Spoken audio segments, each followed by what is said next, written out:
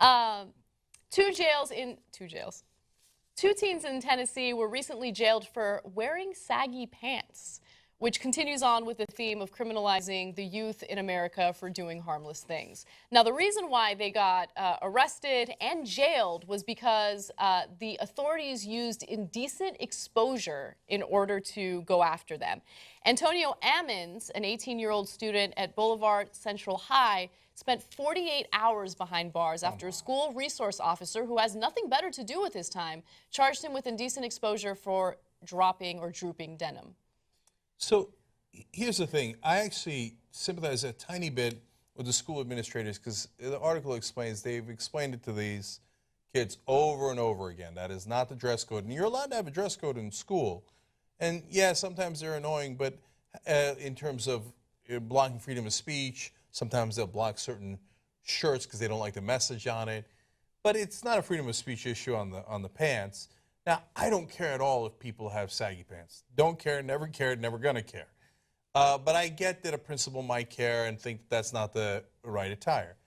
Where they lose me entirely is when they arrest them. No, and put them in jail? How is that going to help them with their future? Okay, you're having them dress a certain way on campus because you want to make sure they focus on their education and they're not distracted. And education is important because you want to make sure they have a bright future. It's a little counterproductive to throw them in jail if you want them to have a bright future. But they don't care about that. It's about administrators having a power trip, not liking the fact that these students are being defiant. I find it really interesting that recent fashion trends haven't really infiltrated Tennessee yet. I mean, I thought they would have the opposite problem of boys wearing pants that are just too tight. But right now, I guess the drooping pants are still a thing. So, look, let's put the first picture up again.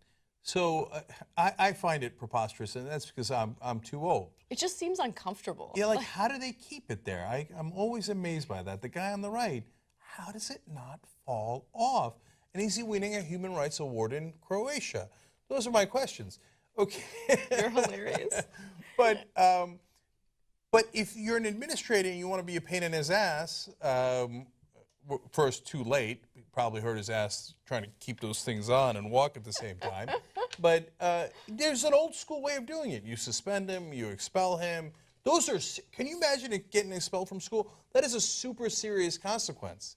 So you can go to those things without being lazy and putting a crime on his record, which could affect his voting rights, his ability to get a job. Plus, you put him in jail for 2 days. Now, it's not acceptable to criminalize these things. Also, keep in mind that he was jailed for indecent exposure.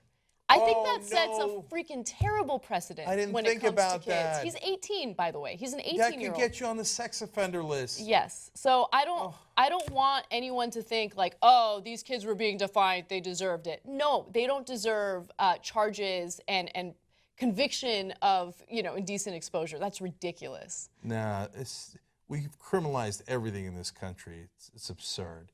It's a hell of a lot more absurd than low-hanging pants. Yeah. And low-hanging pants are a little absurd. Okay, that's just me. I'm a grandpa.